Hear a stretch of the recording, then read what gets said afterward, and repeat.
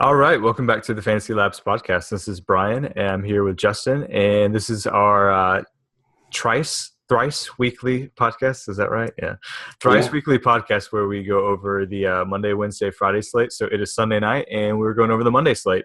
Actually, a shorter Monday slate than usual. We only have 6 games, but still warrants breakdown. So we're going to do that.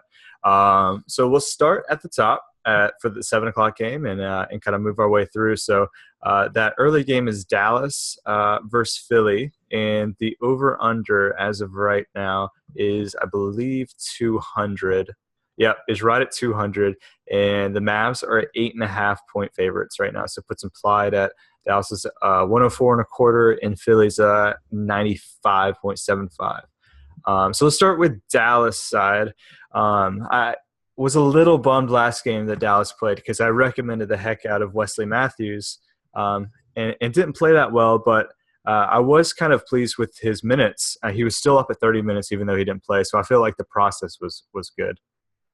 Yeah, and I think he's just kind of finding his form. He's been wildly inconsistent from game to game. I think he's obviously only a tournament play. You can't trust him in cash just because of his volatility. So this game, all those guys that rested should be back. Dirk, Wes Matthews, Chandler Parsons.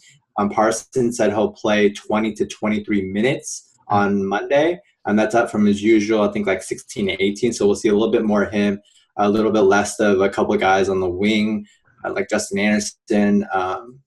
Jeremy Evans won't get in the rotation probably. So I think there's one kind of cash game play that I'm looking at on this team because it's a 104 implied, which is Yeah. pretty high for Dallas. Right. So I think you kind of want a piece of this game, and I think the piece you kind of want is Dirk. And the Sixers have been the worst team against power forwards by a pretty significant margin this year, which is surprising considering Nerlens is their starting power forward. And Dirk has been pretty solid so far this season. And what I like about this is that they're coming in at 8.5 point favorites.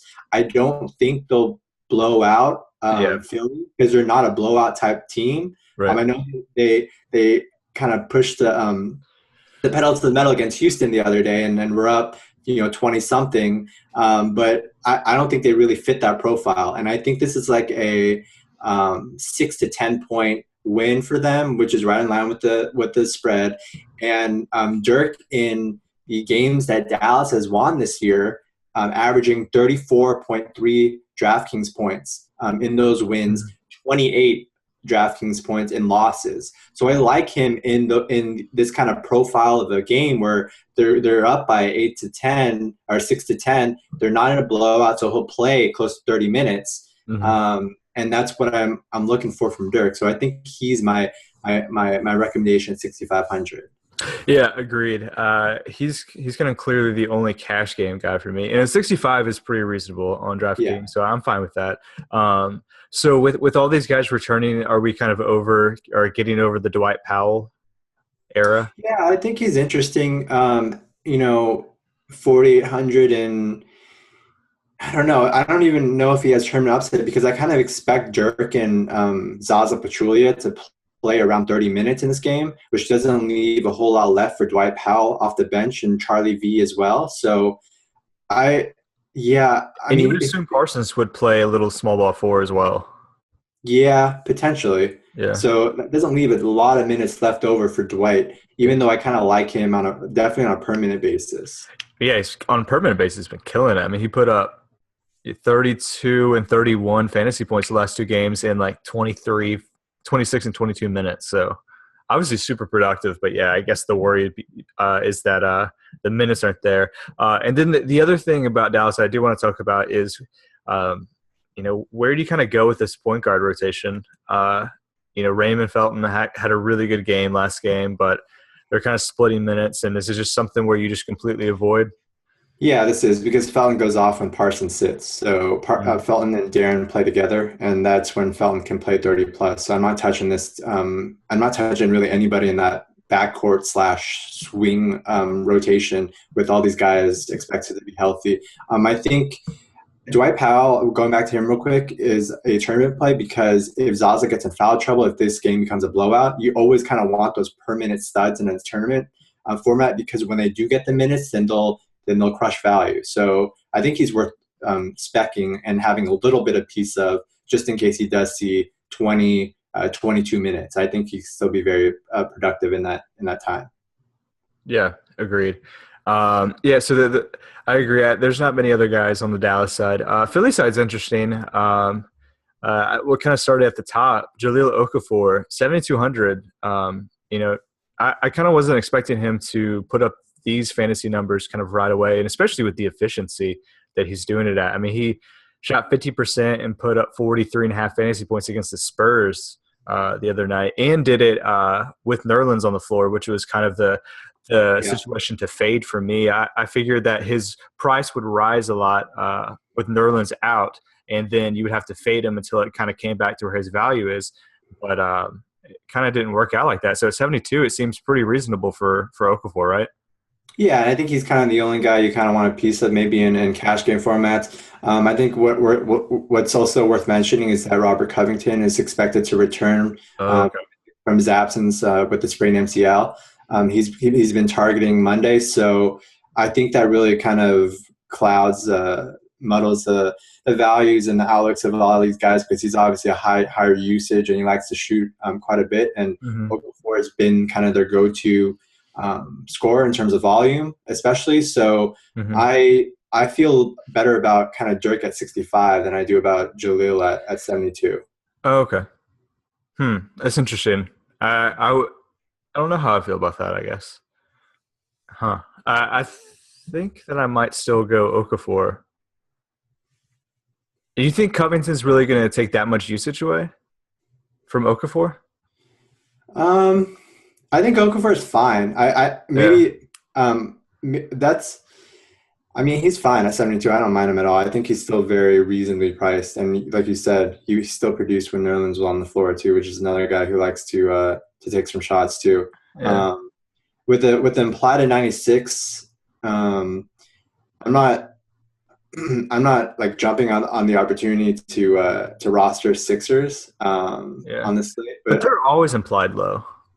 They're true. That's true. I mean, plus like they have a bunch of like lower usage guys surrounding them, which kind of drags down their team total, right? I mean, Jahlil can still get his while the other guys kind of don't score, but right.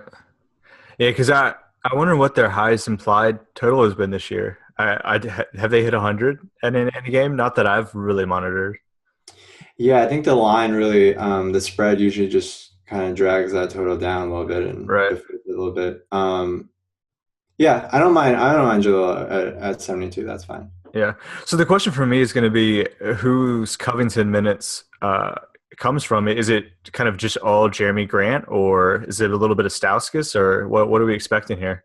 Yeah, we're expecting kind of like Jakar Sampson and Hollis Thompson and those bench guys that just kind of get nothing. Get next to nothing, maybe like 10, 17 minutes in that range. I think Stauskas is still fine as a tournament play because Dallas shooting guards. I know we like West, but they've struggled defending threes this season so far. And Stauskas is coming off a game where he had, I think, -1. -1 fantasy points. Right, -1 fantasy points. So nobody's on him anymore. It's actually kind of impressive. It is. It's the Bargnani special. 18 minutes, -1 fantasy points. Yeah. So how do you do that? I think that's great as a tournament. If I'm looking at GPPs, I love -1. I think that's an opportunity by a low point. And I don't know. I don't love this spot, but 4,500 gives them implied on DK of 19. Yeah. So I think he can. I think he has a good shot at that. I think he can go 20 plus. It's not that hard. Yeah. So, any love for Nerlens? It seems like it could be like a decent spot for him. I mean, his game kind of just relies on extreme athleticism, and a front line of Dirk and Zaza Pachulia ain't the most athletic one. Yeah, I mean, I think he's on tournament radars every game, right? Right, sure. I think we reiterate this every single time we cover the Sixers together. Right. Is that he should be on radars. So we talked about this all the time. Like, rebounds and blocks are there, and if he manages to go double digits in the scoring, then there's big time upside there. But there's not really a situation where you would go cash Nerlens. No, It had to be a super small slate, probably. I mean, this is a relatively small slate at 6 games, Sure. so yeah. I mean, the price would have to be low enough for me Like to where? consider it.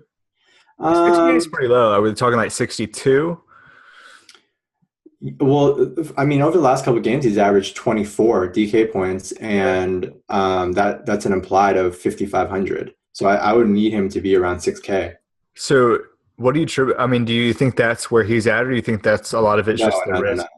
I think that's just indicative of the floor there, right? Okay. I don't think he's a 24 DK point per game player. I think he's better than that, but Yeah. I think he Yeah. also has shown that he has games where Yeah. he disappoints. Yeah. I kind of thought it was his wrist and that he'll eventually bounce back and get kind of in the 30s regularly again, but I guess maybe we're just not there yet. Okay, so before moving on, anyone else on the Philly side that you're interested in? No, I love Jeremy Grant, but Covington's return kind of Right. kills his value a lot, and the steam has really, come off from TJ McConnell. I think Right. I'm not. I mean, Isaiah Kanan has been playing pretty well too. McConnell's not. He's come down to earth. He's seeing, he's scoring more in like the 22 DK point per game range. Mhm. So you're not profiting a lot there anymore at 54. So Yeah, that's fair. Okay. We're on the same page, I think, there. Okay, let's move on to the second game. Boston at Houston is one of the 8 o'clock games, and it is over under at 208 currently. So it puts implied points at Boston 101.75 and the Rockets at 106.25, which is actually kind of fairly interesting. The Rockets are 4.5 point spreads at home, and Boston's coming off a back-to-back, right? yeah, they play tonight. Yeah. Yeah, so it seems kind of low for me, but Houston is kind of hard to peg this year. So let's start with Boston. Where are you at on their guys? Yeah. So Marcus Smart had himself a big game on Sunday. That whole backcourt did really well between him and Isaiah. Yeah, I'm I'm looking to attack the Rockets point guard position, especially without Beverly. He's ruled out already, so it's hmm. gonna be a lot of Ty Lawson. So I think Smart, Celtics players especially, they're dramatically underpriced on DK. I mean, going through all these guys, they're like pretty much their entire roster is like pretty much 5,500 and under. I think Isaiah and Sully are the only ones on DK that are priced above 55. Yeah, So I'm looking at Marcus Smart at 4,500 on DraftKings. I think that's a pretty good spot, especially with Avery Bradley working his way back from his injury. So, in uh, cash, um, he's a little volatile to me to be cash.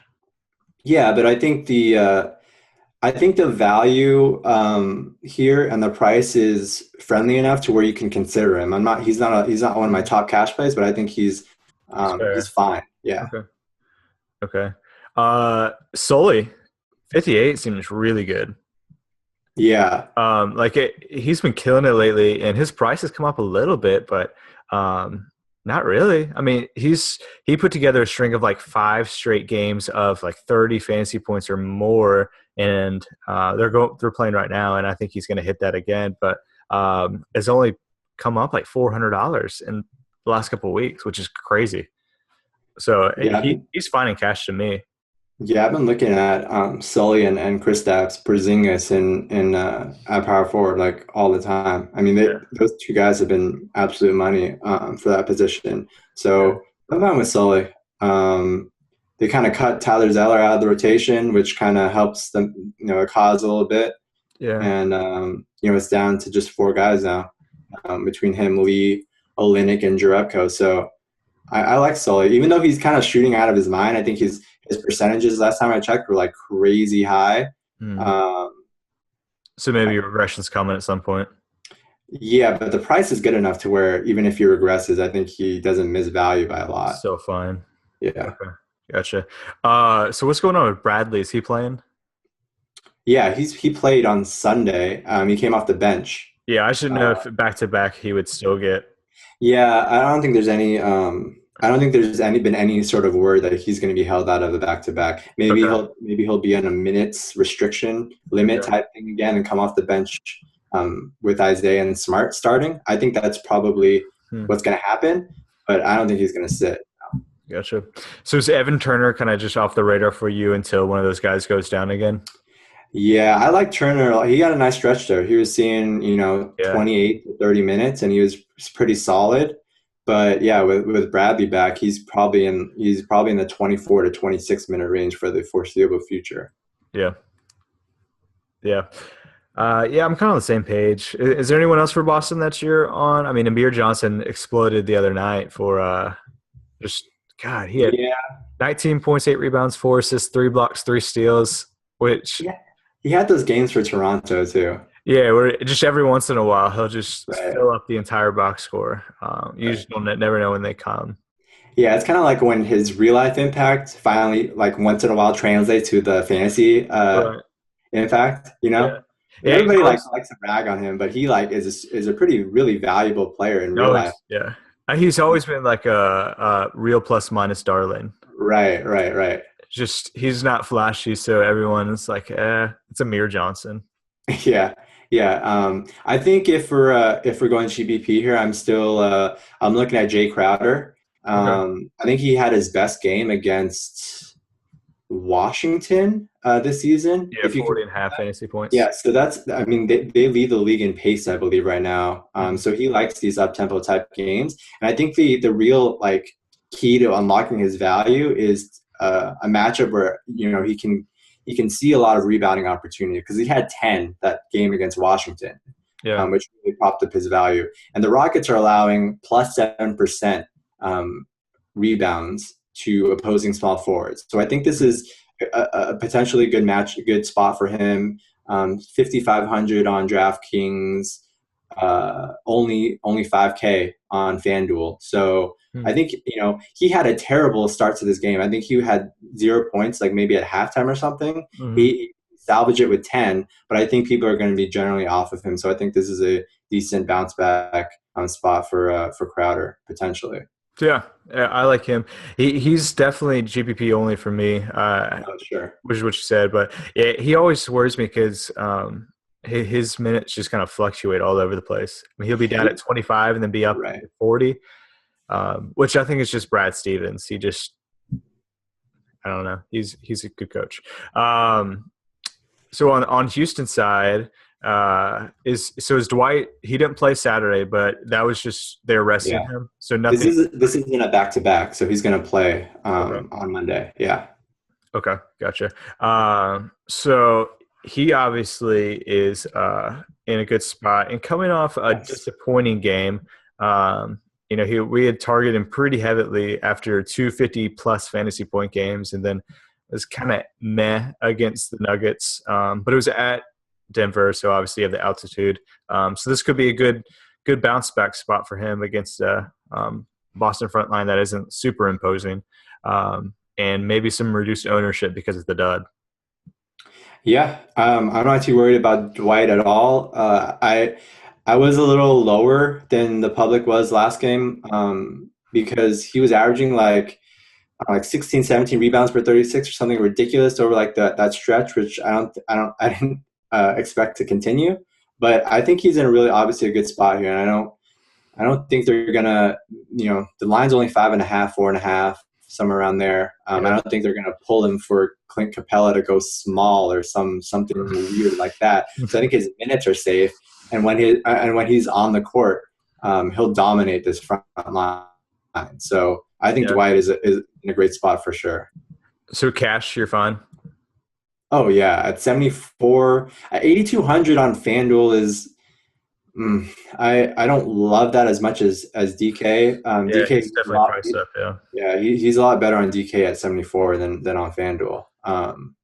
Yeah, But it's not like the yeah, but even on FanDuel, there's the center spot tomorrow is just not good at all. Like It is. it's Yeah. him or Okafor, right? That's kind of it. I mean, Yeah. there's some bargain guys potentially down there, but like if you're going to like take like a sure thing in cash, um, I don't know. That's about it. Would you rather go Ja at 67 or Dwight at 82?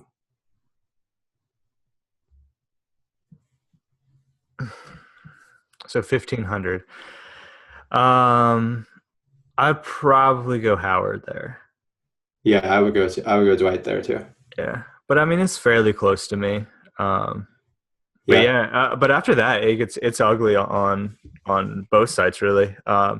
I think it's not quite as ugly on DraftKings because Howard is so cheap still, Well, yeah. I which makes mean, his ownership's gonna actually. We're not going to get his discount on ownership. His ownership's going to be like crazy yeah. just I because of that. still we'll get to him later, but I still love Marcus Sol. I think he's phenomenal. Yeah, He's still he's in kind of an autoplay for me for even this against stretch. OKC. Yeah, I don't care. Okay.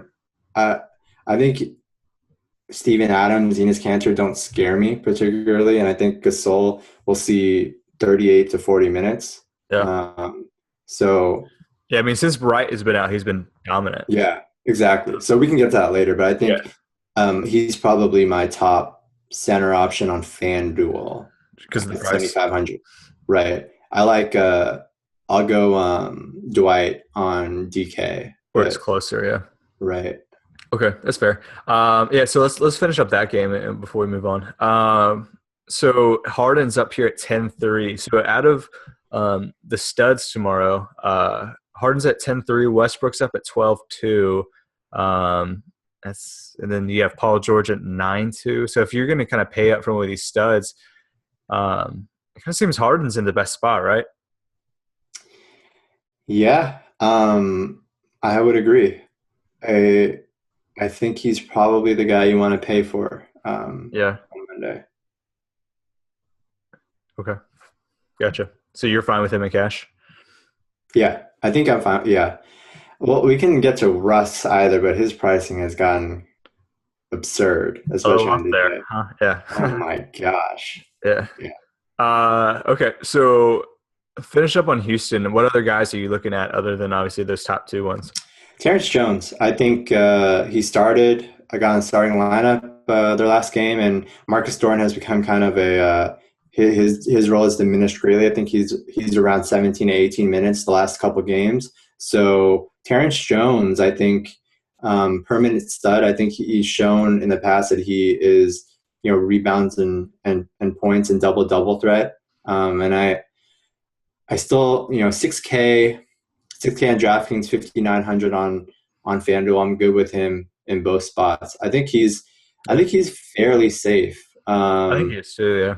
Yeah, So that was going to be my question for you is so they've been kind of working him back into the lineup, kind of easing his minutes.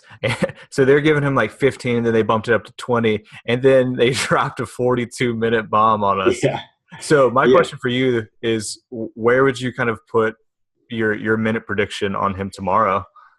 Like split the Um, difference, maybe. I think. Well, I think I haven't done it yet, but I think I'll probably land in like 27 to 28. Like Okay. initially, that's what my thinking is off the top. Because it also depends on the status of Montrezl Harrell a little bit. Because Harrell exited the game with an Mm, injury. He's probably highly questionable, close to doubtful. So if okay. he misses, then that opens up some more minutes for T Jones at power forward. So Mm, you can maybe bump that from like 28 to 30 to like 30 to 32, 33 potentially, yeah.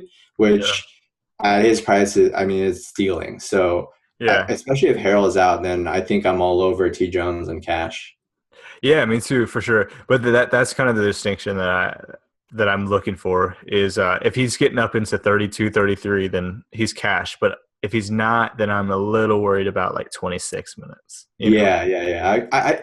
Given Thornton's been at 27 to 28 or 17 to 18, I feel a lot better about T Jones. Yeah, me too. That's fair. Yeah, Thornton's his role has diminished, which obviously It is a good sign for Jones. You think he's better at a 4, right? Yeah.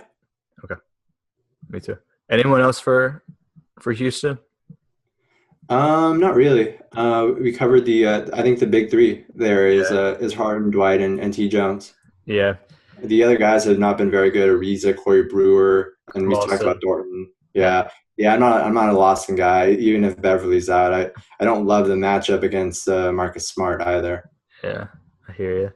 Yeah, I mean they're a deep team. We've talked about that before, even though they've been pretty injured. But now that they're getting some depth back, but it doesn't equate to a lot of fantasy value, especially on the end of the bench. So cool. All right, let's move on to Indy, Chicago, and let me pull up a line here. It's 4.5 for the Bulls, Four and a I half. think. Okay.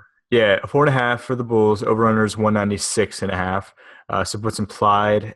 Indy down at 96. Ooh. Yeah.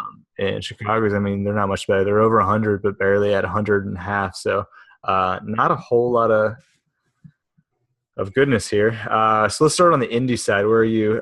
PG still fine at 92, or is this kind of a matchup with Jimmy and the low implied point total that's making you a little worried? Yeah, I'm probably off PG here, but okay. I think we have to preface this a little bit because the values can change depending on the statuses of George Hill and Rodney Stuckey because Okay. both of them are questionable currently. George Hill with upper respiratory infection and Stuckey with that sprained ankle. Yeah. So I think you kind of are only interested in really in this team if both of them miss. Hmm. In that case, I think I'm peaked by Monte Ellis because I don't think he's gonna play a lot of two and draw Jimmy or anything. I think he'll have to play a lot of point guard if George Hill's out because they don't have anybody else outside of like Joseph Young. So I'm kind of intrigued by Monte if George Hill and Stuckey are out. But Yeah. that's maybe CJ Miles. You take a shot there if those two are out too. Sure. But I don't know. This isn't a great spot. I don't love away um, against the Bulls with a 96 implied point total. Yeah. I agree on that. I think Montez is actually in a fairly decent spot if those guys are out, just because you would assume that PG would draw just about every Jimmy minute, right? Yeah, So that and would then he would get D Rose. right, D Rose. Yeah. right, which is a great spot, obviously. Um, so I guess talk me down and tell me I'm crazy for still being okay with PG here. Um. Like I'm not super like it's kind of the Philly side. The implied points isn't terribly concerning for me for some of the studs that usually their usage just Right. doesn't matter for Right. their implied point.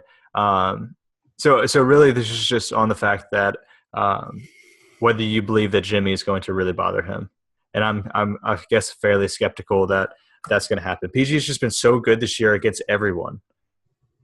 Yeah, we talked about this though. Like the Cleveland game, he got Richard Jefferson, and then he got Luol Deng, Mhm. the other statesman. Um, yeah, I mean, I think he's proven to be pretty matchup proof. So I don't mind it. I think we talked about preferring Harden Yeah, instead, but are you thinking along the lines of a contrarian yeah, alternative to Harden? Because I yeah, don't I don't think like Harden's a slam dunk either. I think there's I don't think yeah. he's like out of 1 to 10. My confidence level in Harden is like a 7.5 or something. I'm not Right. like dying to play him. It's just because it's a pretty good spot, up tempo spot, and There's not I super great options here. right and a shorter slate. So Yeah. I don't love the fact that I don't love Harden makes me fine with opting for PG instead. Yeah, I'm just worried about Harden's ownership percentage and probably Russ's too. And I think that PG might have he might be the lowest owned stud. And I just don't think that he's like a guy that you should necessarily be off kind of even with a bad matchup. I don't know. Yeah, no, Um, I'm with you there. yeah, but that's about it. So even though I said that the implied team total doesn't bother me that much, it doesn't for PG, but it does for the rest of the Pacers. Yeah. So Monte, if those guys are out, but that's it. I'm not looking at any of those other guys. Chicago, what are your thoughts on those guys? I think I'm kind of interested in um, seeing what happens with that starting lineup first, with Mirotic and Joakim Noah, because Fred Hoiberg planned to start Noah until he tweaked his knee or his hamstring in pregame warmup. And then he's ruled out for the game, and then he had to end up starting Mirotic. Hoiberg said that he's planning on starting Mirotic again on Monday, but that can change. If he does go Noah, then I'm intrigued by Noah. 4,700 47. on both DraftKings and FanDuel. I'm all over that if Noah starts. Even then, I think in this type of grind it out Eastern Conference type spot. Yeah. I think we'll like Noah's defense in there, and I think Noah will still play a decent amount even if he comes off the bench. So I'm kind of intrigued by Noah at his price point. I know there's been a lot of talk about him like falling off a little bit, which is true. We've seen injuries kind of get the best of him, but so far this season he's averaged one DraftKings point per minute, which is pretty solid. Yeah. So if he plays 26 minutes and gives you potential for 24 to 26 DraftKings points at 40, 47. 47, then I'm all over that. I'm all about that. Yeah. So this is the proposed starting lineup. Nico at 4 and Noah at 5. No, it would be Noah and Pau Gasol And together. Gasol, okay, and then and then Noah off the bench. Yeah, and Nico off the bench. Yeah, Nico off the bench. Okay, gotcha. right. And it's an awkward pairing, I think, Yeah, with Noah and Noah and Pau. yeah, But I think Nico coming off the bench makes a lot of sense too, because he can dominate usage with that second unit and feel a little bit less pressure to come in and produce right away. So yeah. um, I don't necessarily think it's like super awkward to have Gasol and Noah because Gasol can play at the top post. He's kind of like his brother in that regard. He can play at the foul line and be okay. yeah, I mean, it may not yeah, be the maximization of his skill set, but he's good enough to make it work on offense. yeah. I think I'd be more intrigued. What do you think about like Nico and Noah? Because I think that's kind of like the best of both worlds. Because Nico's Yeah, stretchier, right? yeah. That's 'Cause you my get favorite of the front right. court potential options. Yeah, is Nico and Noah.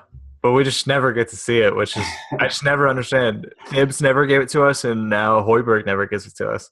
Yeah. It seems like such an obvious because Noah is such a good passer as well Hmm. that he could just destroy like 4 out with him in the. They would kill. Right. I don't know why It they would don't. go. Yeah. Yeah. But yeah, so I do like Noah at 47 as well. How do you feel about Pau Gasol at 74 on Yeah, DK and 81 on FanDuel? fine with him. I'm fine with him Yeah. both contests, cash, GPP. He's been really solid. Yeah, I mean he's been right at 40 fantasy points or more. Right. And 74, that's what does that put in like implied points? So implied at 74 would be around 32. So not even close really lately. Yeah, he's been last week he's been at 42. Yeah, so 10 over. Yeah, so just crushing. And I'm fine. And Indy has like I don't know. Like it's hard to get out of our minds that Indy's not this like grit and grind team from the last like Right. decade. Uh, Right. but Yeah. Jordan Hill and the and And Yamahimi, Yamahimi, don't scare me. Yeah. yeah, not terrified of him. Um, so yeah, so I'm good with that for sure. Okay. Jimmy at all interesting? I see. I'm off of him just because I'm worried that he's going to be tired on Yeah. chasing PG. Yeah. Um, is this any interest in No. Rose as a contrarian? No. I just wanted to answer before No, you finish it. but that goes off what you just said. If you're concerned about Jimmy being tired on offense, wouldn't that Yeah. mean Rose has season expanded role there? I'm just trying to like Yeah. carry your wave of thought here. Yeah, Like yeah, finish yeah. the thought process, Okay. right? Yeah, no, that's fair. Yeah, I guess I'm slightly intrigued. Okay. Yeah, Yeah, and you get your exposure, GPP exposure to Rose on DK. He's 5,900 there versus 6,800 on FanDuel. yeah, for sure. Yeah, I'm fine with that. In general, I think that it makes me a little more interested in like Gasol and Nico. Yeah, but but Gasol's chalky, Sure, that's fair. Yeah, right? yeah, I'm thinking like Rose is a big name, but I don't think people are all over him in DFS at all. yeah. I wish they were. Yeah, that's fair. And some of these guys are like in pretty good spots if you look at the point guard's position. I mean, Westbrook is ridiculously priced, but people are going to still play him kind of no matter Yeah, what. Lillard is at 80. He's down at 87. He's been at 9. And we talked about IT2 and Marcus Smart. And yeah. yeah, okay, I'm fine with that. Any other Chicago Yes. guys? You Got Brian. I'd be on board with the D Rose play. at, Yes. like, I know I hate myself. It's against all of my values. I'll have him in a tournament lineup or two. Just Okay. Just as an homage, in case he does go off. Just so I uh, don't have to like I don't needle you when he does. yeah, true. Yeah, yeah. It would be like the best money I've ever spent. Just so you can't message me when he went off and I completely faded him. No other guys on the Bulls, right? No, I'm kind of off Nico for now. Yeah, Yeah, I kind of want to see it, like you said yeah, earlier. Yeah, yeah. Plus, like I said, I'm a little bit more intrigued by Joe right now, oh, yeah, especially given the price differentials. There's a differential of 1,400 on DK yeah, and 900 on FanDuel. yeah. I like Nico's it. fine at 56 if you want on FanDuel. I'm fine with that. Yeah. Um, and you might almost have to. Um, I haven't tried to build lineups, but I actually find myself more on Nico on FanDuel than I even want to, just because of the Oh small forward yeah, position just being so ugly. yeah. Um, Like, you have to play two fours, and then he's soft. His price is all softer on FanDuel than on yeah, DK. So yeah, yeah. So I usually, I end up with a lot of him. yeah, which has been a kind of a bad thing recently. Yeah, I've seen my bankroll. All right, so let's move on. Oklahoma City and Memphis is the next game. Let me pull up the line here. It's one for the Grizzlies, Oh, one. -1. Oh, Yeah. nice. Overrunner's 200, it looks like. So it moved to 1.5 Grizzlies. Oh, okay, cool. Yeah. So 99 and a quarter for Oklahoma City, which is pretty low, but I guess on par with facing the Grizzlies on the road and no KD. And Grizzlies are at 100.75. So let's start with OKC. So I know you wanted to talk about Westbrook's pricing. He's at 12,200 on DraftKings. That's an implied of 55 points. Is that a lot? That is insane, even for Russ. And this matchup too against the Grizzlies with this over under against Mike Conley, I'm completely off Russ on DK. I'm not going to touch him in cash or tourney because it's overpriced in cash and he's going to be way too highly owned for me in tourney. So I mean, relative. I know he obviously has big time potential, which is why he's priced at 12 too. But relative to like his kind of the ridiculous expectations that we had of him so far, he's been not. He hasn't been really coming through with Yeah. those like 70 DK point totals. The ones that pay off ridiculously relative to his salary. Yeah. So, And yeah, and that's the thing. You have to look at a player's like what you're projecting them to be at minus their salary, and like we have that stat. We have projected plus minus, which is an easy way to look at it. But it's also important to look at what their ceiling is as compared to their salary. So like, what would you put as like a pretty realistic ceiling for Russ in this spot? Like 65, yeah. maybe even a smidge lower. Yeah, I think 65 to 60. I might go even higher just because of Okay. his usage.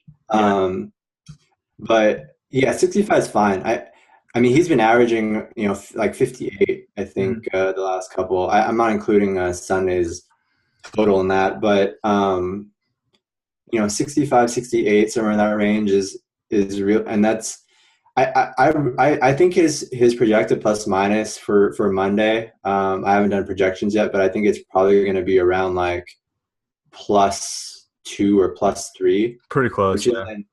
isn't like No, it's good not. enough.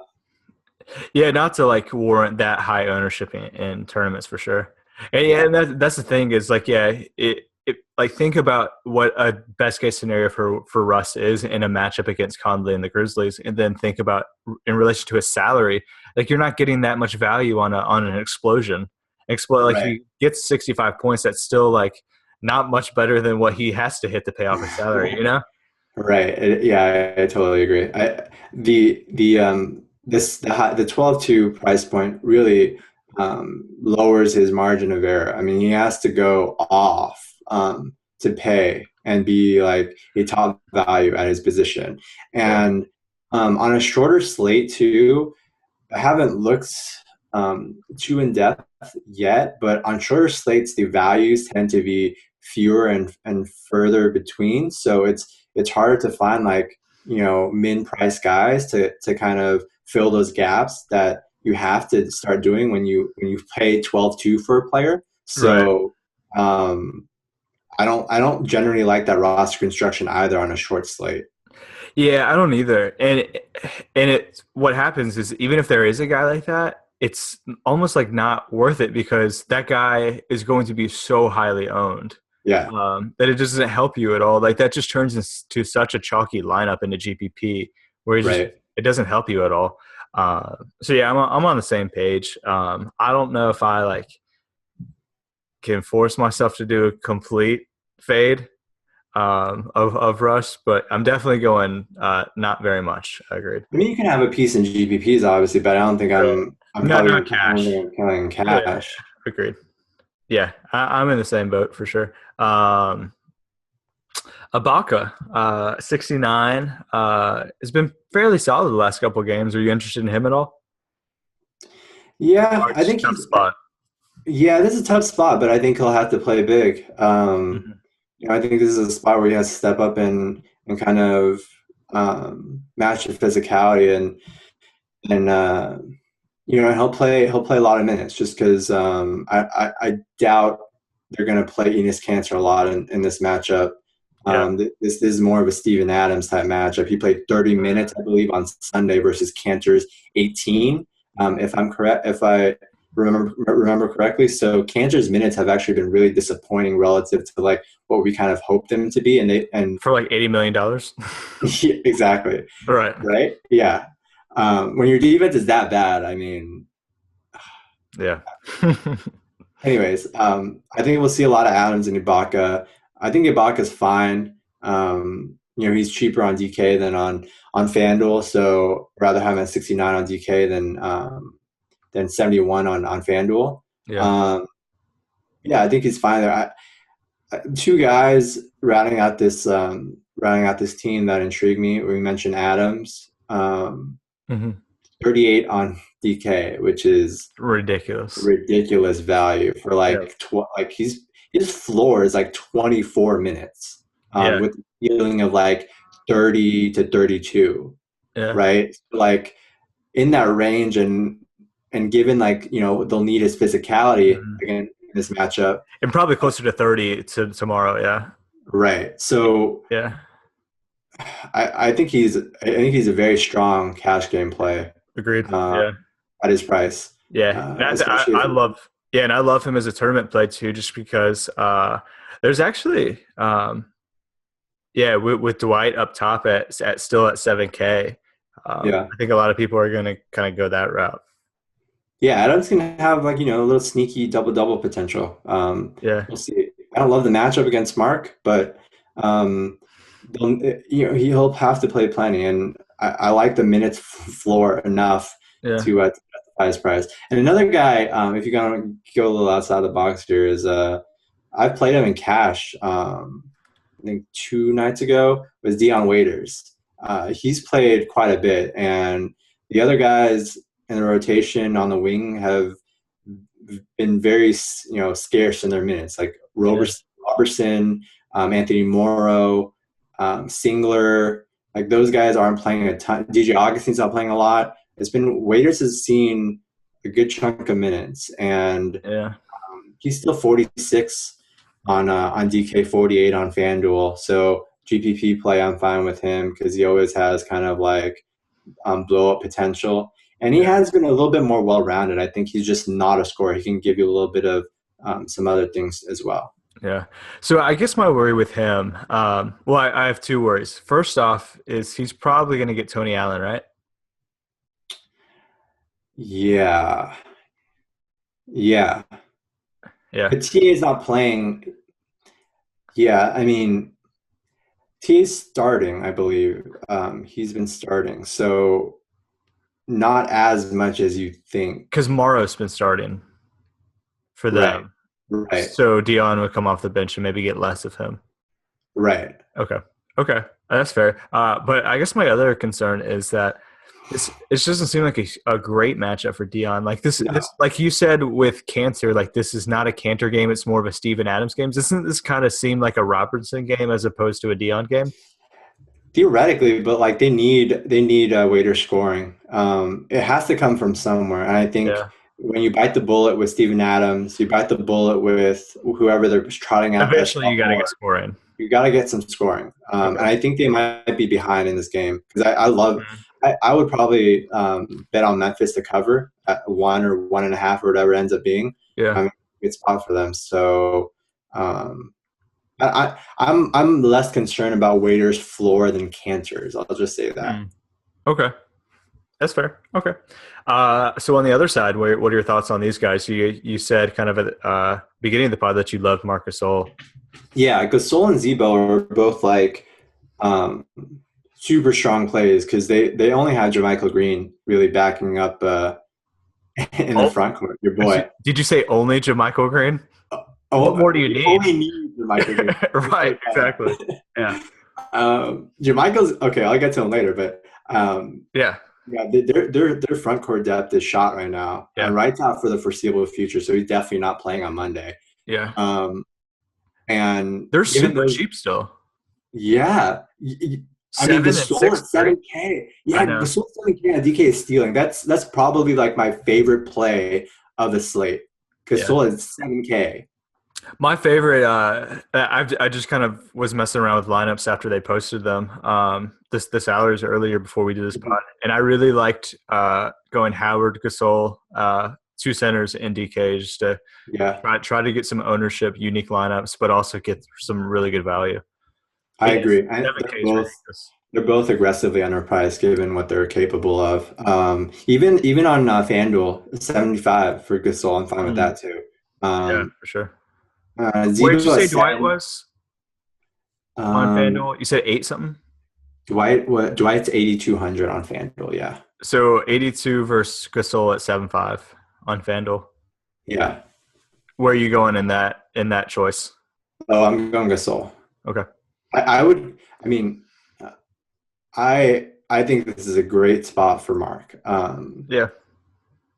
And I'm more concerned about like the potential for things going wrong for Dwight than I am for Mark. If that makes sense. Like if it's a blowout, if they go smaller, I don't know. I think Gasol, there's literally no reason why Gasol won't play 36 to 37 minutes at least. Yeah. They literally have no one Yeah. else like to push him for time. So who's going to guard who? Is Ibaka going to be on Gasol? Was that Yeah. what you would guess? Yeah, they're both stretchier, right? Yeah. And All you, right. and you and you and you pair Adams on the bruiser. They're both. I mean, they're kind of similar, right? You have the stretcher and the guy who can show Yeah. the range. Yeah. Yeah, And maybe I'm being dumb here in my thoughts, but Ibaka's not terribly scary in a particular matchup like that. Like I just feel like he obviously Ibaka's a great defender. He's one of the best defenders in the NBA. But if you kind of draw him out and limit his effectiveness near the basket because Gasol is Yeah. kind of playing up at the foul line, obviously that's better than having him around the rim to protect it for sure. And do you also, what do you think about the kind of me positing that with Katie out and Serge having to do more on offense, it takes away a little bit from his defense? Do you buy into that at all? Um, Maybe a little. I haven't seen that myself. Yeah, I think it's But I worth think as it goes researching, on, like yeah, kind of his opponent field goal percentage in games that Durant doesn't play versus games that Durant does play. I think hmm that'll be interesting just to see how much, if any, slippage there is on the defensive end for him, just having to yeah, spend more energy on the offensive end. yeah, yeah. That is interesting. Because I guess you could always think about it the other way. Like I don't know. Like I guess I could also make the claim that like if they're going to bump up Cantor's and Dion's minutes a little bit, that he might have to think like, oh crap, I really got to cover them on defense now, right? Yeah. I don't know. That dude is so underrated. It's from like a real basketball life standpoint, and I feel so bad for him because he's like the only guy on the team that does what he does, and he's got to cover up for so many things.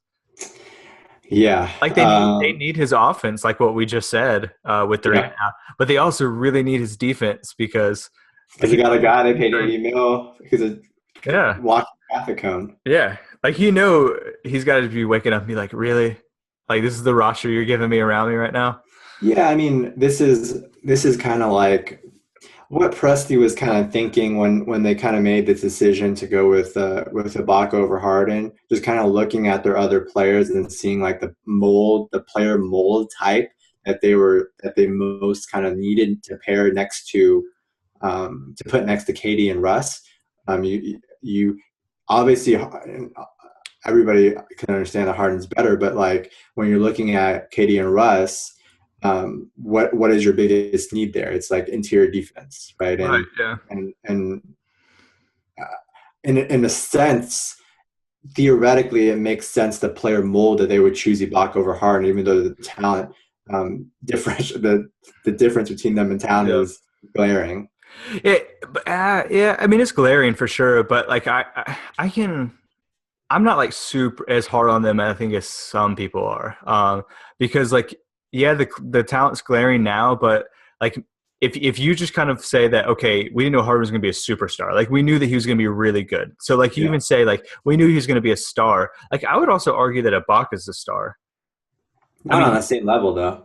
not on the same level, yeah, sure, but like with what he's needed to do for them, you could Yeah, argue, yeah, yeah, you can argue that they need Ibaka's defense more than Harden's scoring. right, I agree with you there, but the we can. This is like a whole other debate. I don't want to prolong yeah. this. Other than that, so let's get back to this. This real quick. All right, so where are we? We're talking Memphis, right? Memphis, right. How do we talk OKC?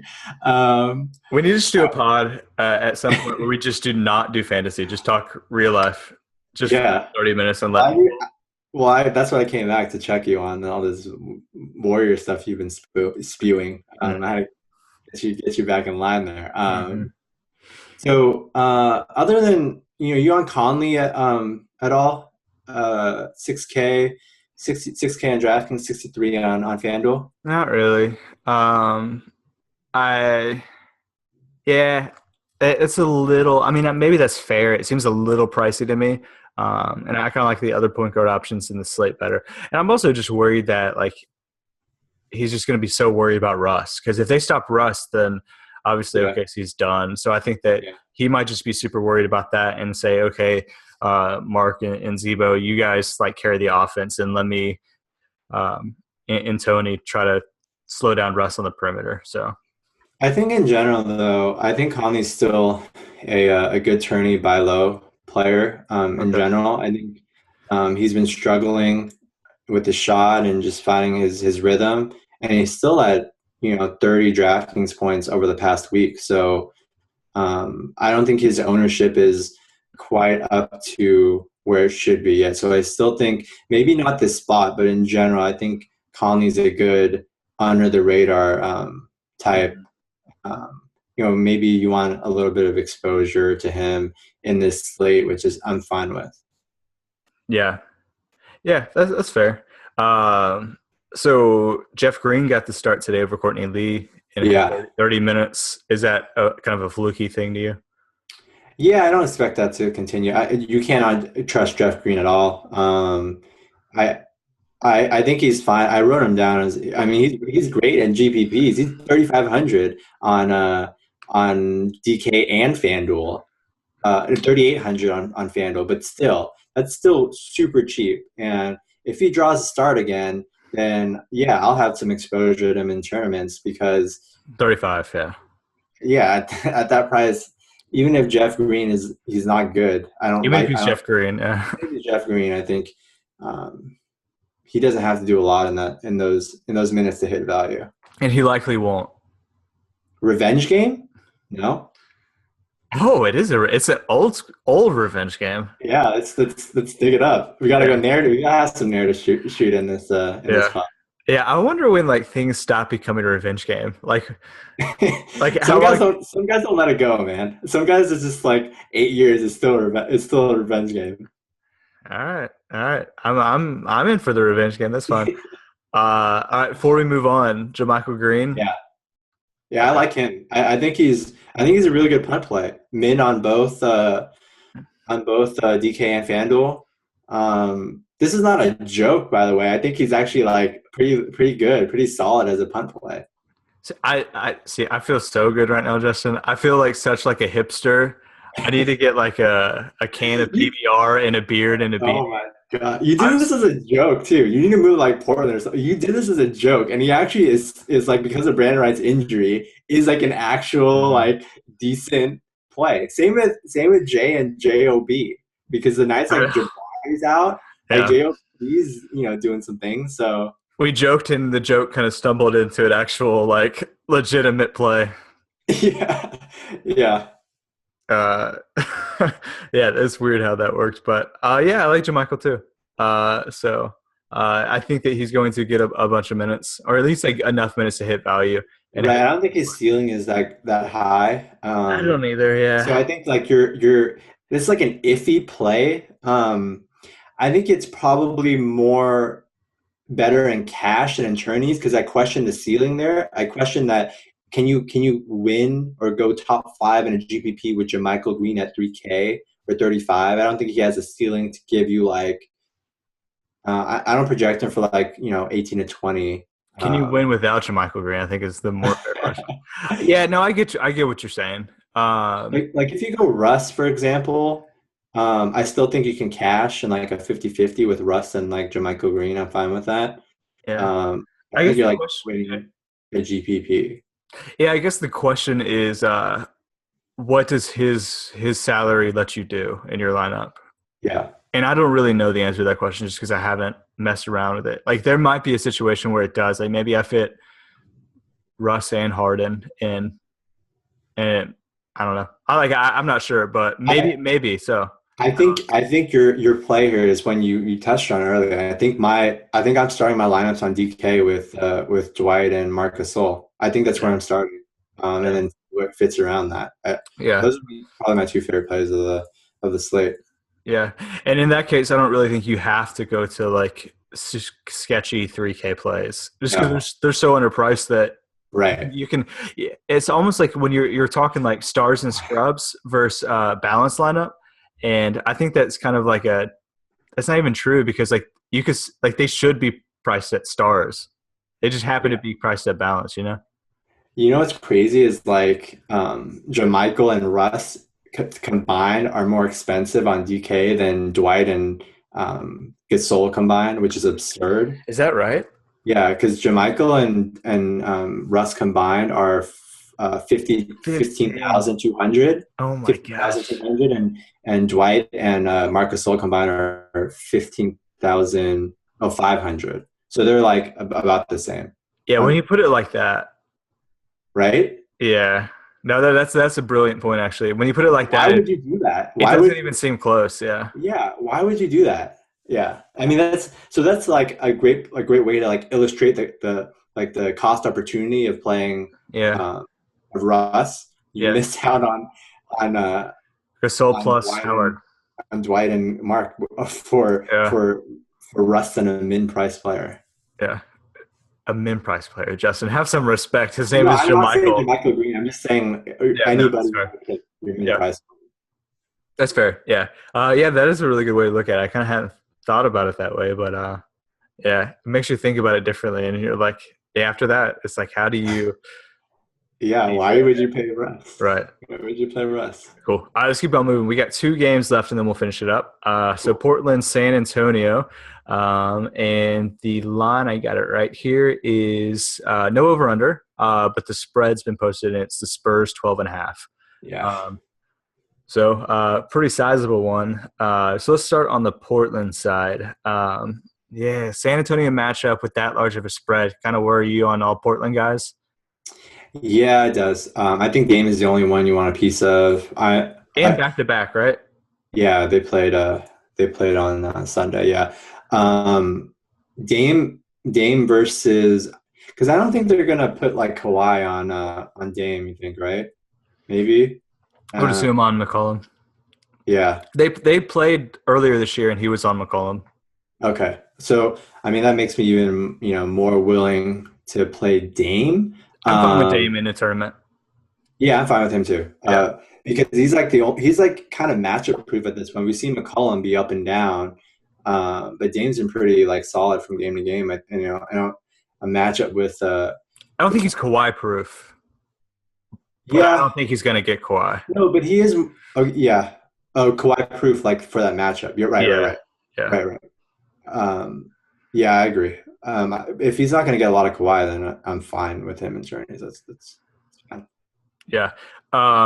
So the kind of the question for me is, what's going on with the Portland front court situation? Noah Vonleh got the start today. Um, Yeah. I think Stas is just really opposed to playing Ed Davis and Mason Plumlee together. He just doesn't like mm, that pairing for some reason. So he's gone. Chris came in one game, and then Noah Vonleh the next. So I wouldn't expect Ed Davis to start on Monday, even if he's listed as a starter in the game notes. mm, I think it's going to be Kamen or Vonleh again, and it's just going to be like kind of too many guys there because Cliff Alexander got some minutes too. So it's like it's just like too like none of those guys are going to see enough minutes to matter.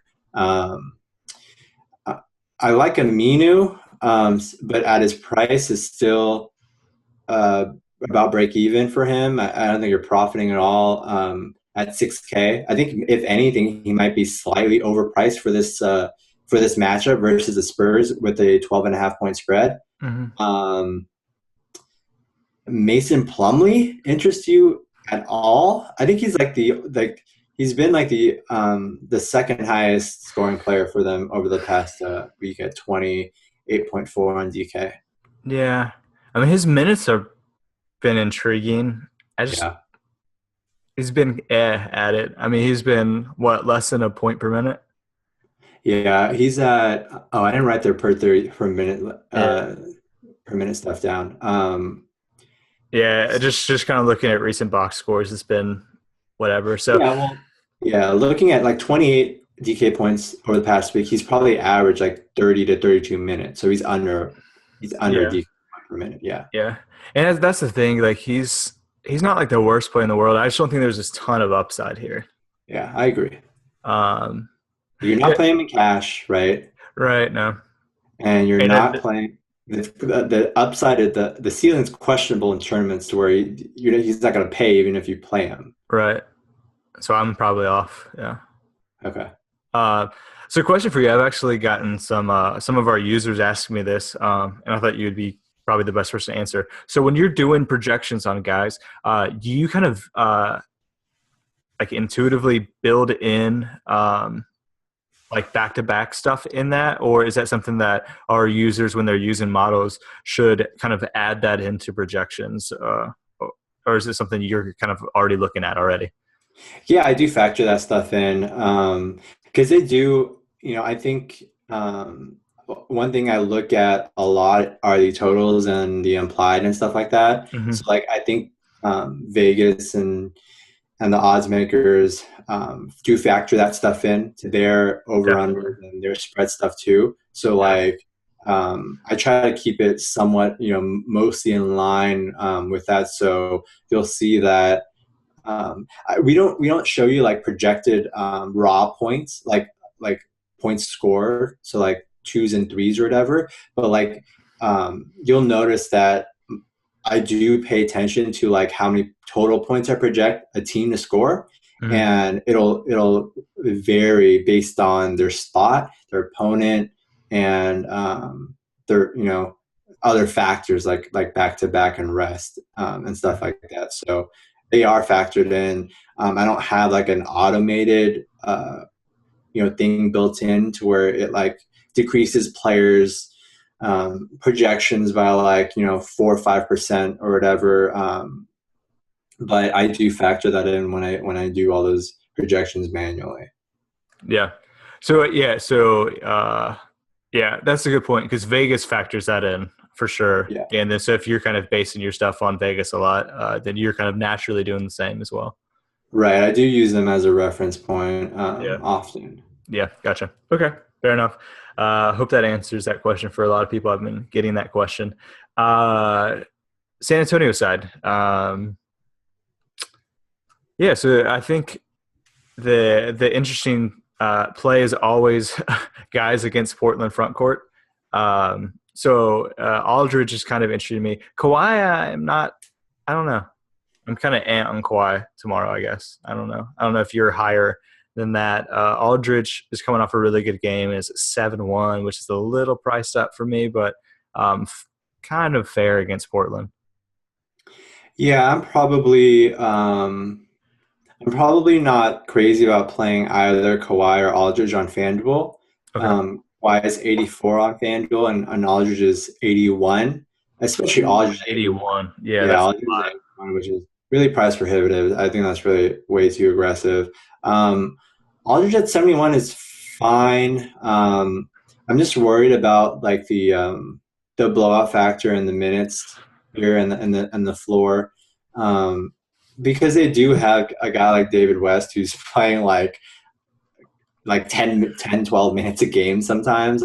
He's barely playing at all these days. Yeah. David West is. So like in these blowouts, it's a good spot for Pop to give him and Boris Diaw 18 to 20 minutes. So Yeah. and give Duncan and LaMarcus a blow. So I don't know. I think it's fine. Is it one of my like more favorite plays? Probably not, but I think it's like a solid like B plus B play, Yeah. which you're more likely than not come out ahead, but I Hmm. don't think you're like going to see a huge profit Yeah. even at 71. Yeah. Revenge game?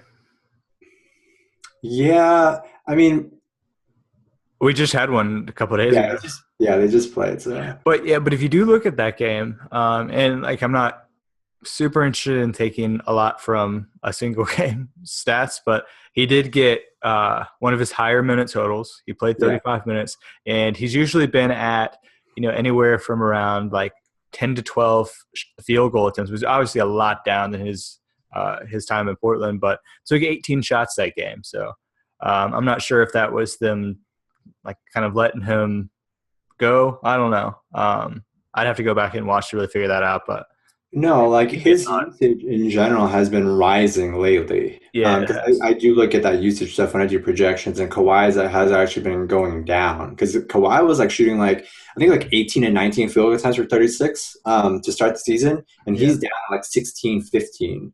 Mhm. And that's coincided with Marcus coming up.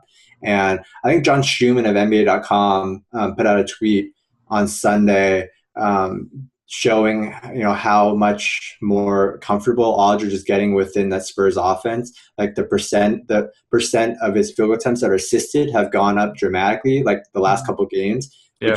which shows like he's not taking just like a one on one He's um, in the flow. Yeah. right. He's in the flow, tiki taka, like they're moving the ball and he's like finishing within the parameter, the construct of their offense. So Mhm. I like Aldridge. I think he's on the come up. After we talked about this in the preseason pod, right? He's going to have some struggles early on, and then you have good buy low opportunities on him as he starts Mhm. getting more comfortable, right? Yeah, Is this the best buy low opportunity with a 12.5 spread?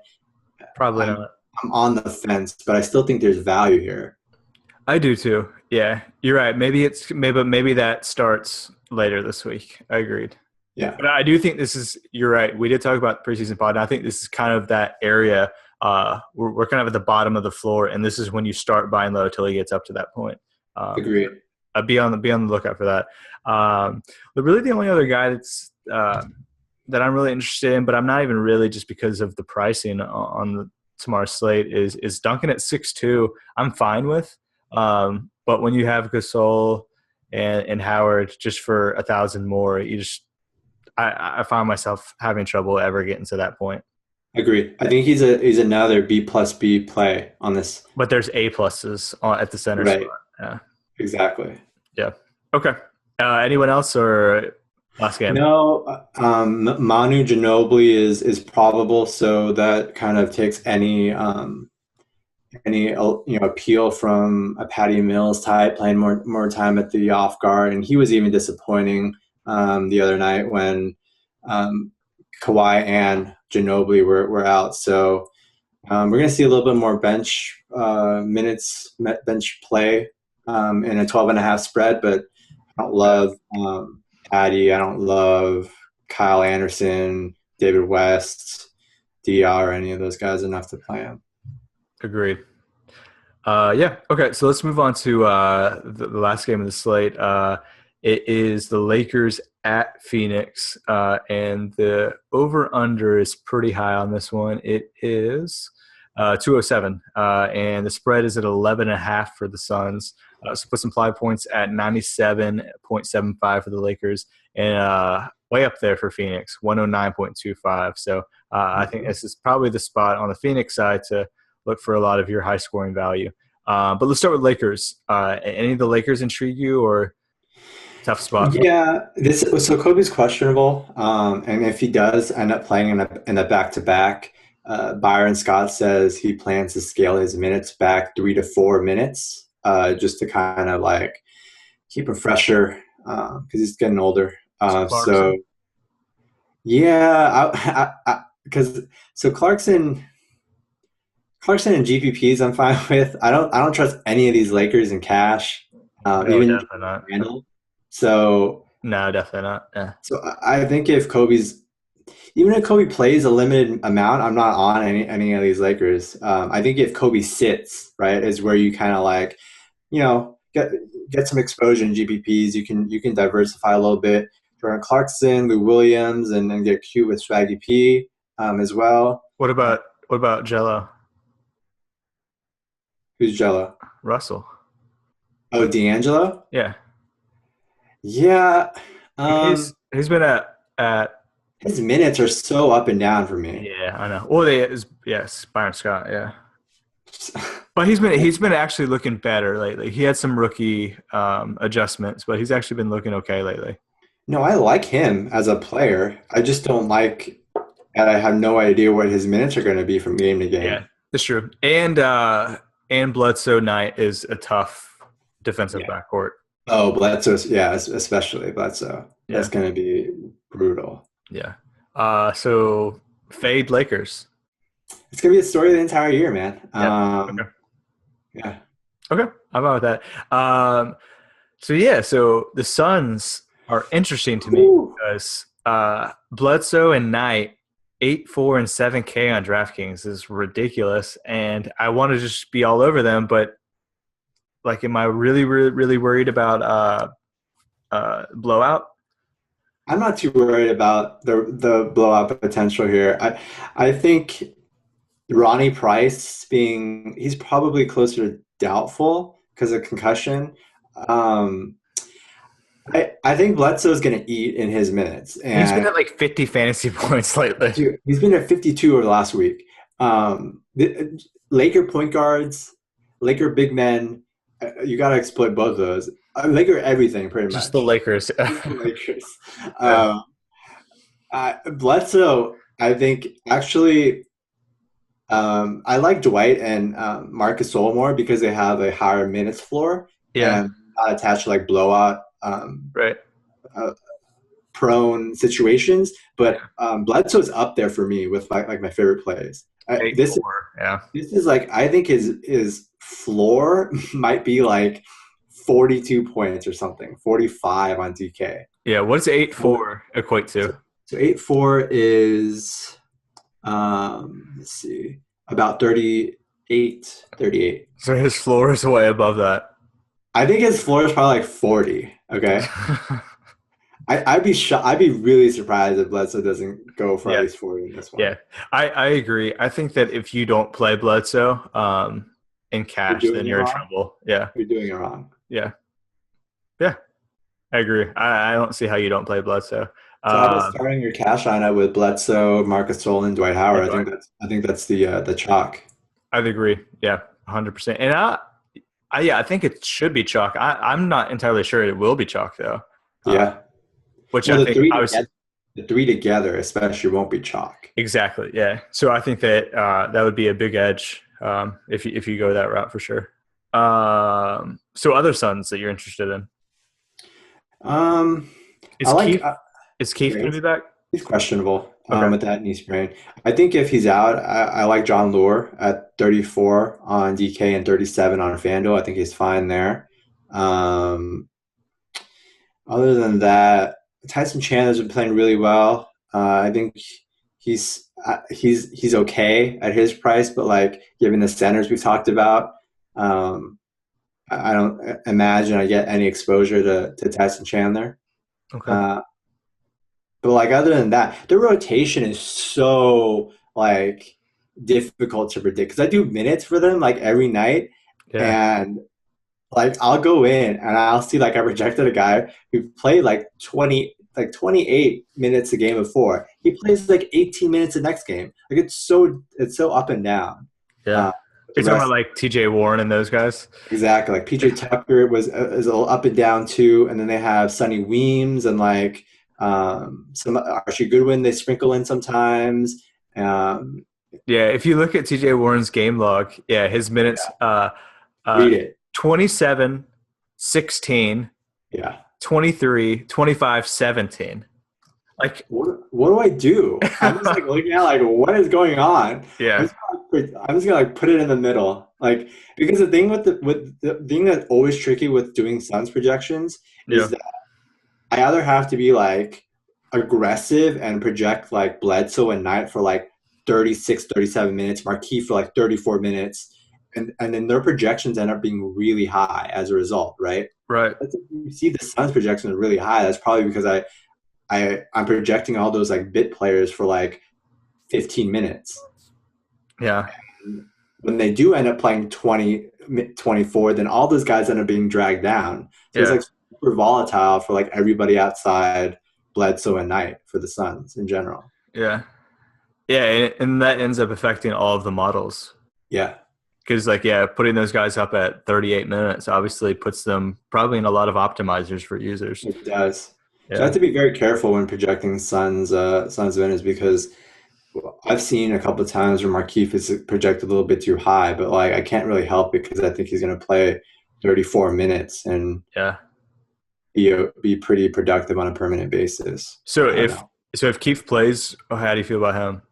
I'm off him coming off a knee sprain. I don't Yeah. think I'm on. So yeah, so that's the question for me is I like the Suns are in a really good spot. So obviously we agree that we love Bledsoe, but like at almost 110 Yeah, implied points, like right. where else is it? We need to like someone else, right? Yeah, we have Um, to. but the thing is, like, I don't know. I don't know who's going to play the minutes. I don't have enough confidence outside those guys to really. I think I don't know. Conceptually, I like PJ Tucker, if he plays 30, which he might not. Um, Why was Knight down at 22 last game? um, I I I believe can I can never find a reason for it. I believe he might have. I do so many blurs. I like lose track of which game it is. Yeah, Maybe he got poked in the eye or something. maybe. Yeah, he wasn't in foul trouble, but obviously that was a weird game because he had been up at like 34, 32, 39, 33. So yeah, 35-ish until that game. So I, like I don't mind night. I in GPPs. yeah, I agree in GPPs. I'm not. I In don't think. cash, yeah, no. Yeah, like I said, I don't like. I don't like. I don't know like enough about for sure the minutes on this team to like fully tap. I think there are a lot of like tournament options on this team if you want to get like Yeah. outside of the box and hope that a guy like TJ Warren or someone gets 27 minutes, which is certainly possible in Hornacek's rotation. Yeah. Um, I don't know. Okay. So If someone Bledsoe and maybe someone else. if someone can figure out the Suns minutes for me, please like DM me or send me an hour reply and make my job a lot easier. Yeah. Are they the most frustrating team for you? Yeah, they're up there. Portland's got to suck, right? Yeah, but Portland, I can relatively leave the same because like I know Dame and CJ are going to be like and Aminu are going to be like the only solid plays, and I just have to really worry about Mason Plumlee, right? Well, Yeah. like what his minutes are at, but like they're so concentrated with their usage that it's like pretty easy to like do Mm, that. The Suns, I just have to worry about like not projecting a guy for too many minutes because he'll like shoot up the model ratings yeah. and I don't know how to convey that his minutes range is really high, Right. Yeah. right? That's tough in models. Yeah. And like there are other teams that have that situation, but they don't have a guy where like it really affects all the models like Bledsoe. Right. Like he just screws up the models if you're a little bit over. But Bledsoe, I'm fine with because I love him. I'm fine with always being high on Bledsoe, right? It's guys like Markeith Morris or like PJ Tucker that sometimes get me in trouble because I project them for too many minutes and then they're like too high on the models, and I Yeah. don't really love them for cash. Yeah. And honestly, it's even a tougher spot because they're at small forward, which is just kind of a naturally tough position. So Yeah. everyone's always just looking for that extra 2 minutes for their small forward to hit value. Right. But cool. Any last thoughts? No, I think I love these 6 game slates, man. I know. Yeah. Pretty straightforward. Yeah, I think we hit on a lot of the good value plays and uh, Dwight Gasol Bledsoe, cash Yeah, games. You will there you win. go. There you go. And if you don't, send all your nasty tweets to Brian. To Jay. Exactly. I love it. All right. Sounds good. Thanks for watching. Thanks for listening. Good luck tomorrow, and we'll talk to you guys for the Wednesday slate. See Good ya. luck, guys.